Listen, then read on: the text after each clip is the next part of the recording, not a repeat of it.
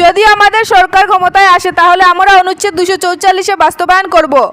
मैं आपको इस स्टेज से कह रहा हूं कि जैसे ही हमारी यहां सरकार आएगी आपका 244A इंप्लीमेंट होगा।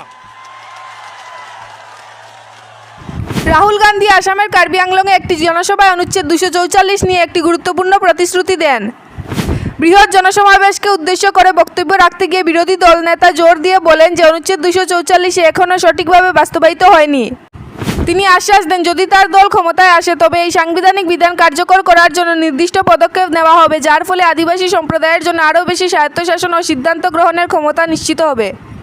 রাহুল গান্ধী আরও বলেন স্থানীয় শাসন ব্যবস্থা যেন গুয়াহাটি বা নিউ দিল্লি থেকে নিয়ন্ত্রিত না হয়ে এলাকার মানুষের হাতেই থাকে।